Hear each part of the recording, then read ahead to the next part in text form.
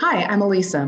Welcome to day 178 of our 365-day Bible reading plan. Today's reading is titled, Jesus and Disciples. We'll be reading Mark chapter 2, verse 23 through chapter 3, verse 19 in the New Living Translation. One Sabbath day, as Jesus was walking through some grain fields, his disciples began breaking off heads of grain to eat. But the Pharisees said to Jesus, "Look, why are they breaking the law by harvesting grain on the Sabbath?" Jesus said to them, "Haven't you ever read in the scriptures what David did when he and his companions were hungry? He went into the house of God during the days when Abiathar was high priest and broke the law by eating the sacred loaves of bread that only the priests are allowed to eat. He also gave some to his companions."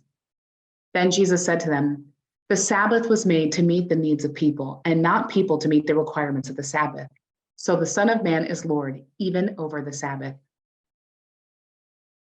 Jesus went into the synagogue again and noticed a man with a deformed hand. Since it was the Sabbath, Jesus' enemies watched him closely. If he healed the man's hand, they planned to accuse him of working on the Sabbath.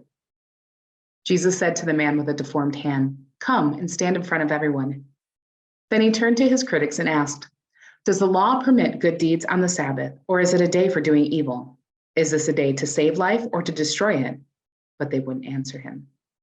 He looked around at them angrily and was deeply saddened by their hard hearts. Then he said to the man, "Hold out your hand." So the man held out his hand and it was restored. At once the Pharisees went away and met with the supporters of Herod to plot how to kill Jesus. Jesus went out to the lake with his disciples, and a large crowd followed him.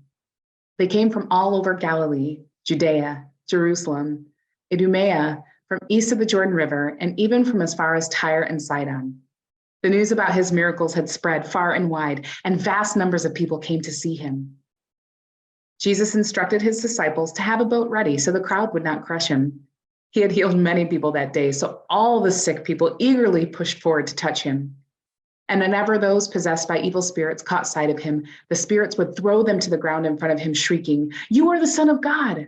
But Jesus sternly commanded the spirits not to reveal who he was.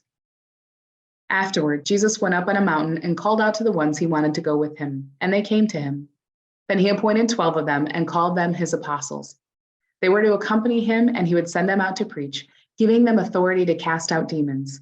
These are the 12 he chose: Simon, whom he named Peter, James and John, the sons of Zebedee, but Jesus nicknamed them sons of thunder, Andrew, Philip, Bartholomew, Matthew, Thomas, James, son of Alphaeus, Thaddeus, Simon the Zealot, Judas Iscariot, who later betrayed him. Thanks for joining us for today's reading. And remember, everyone has an invitation to sit at Jesus' table.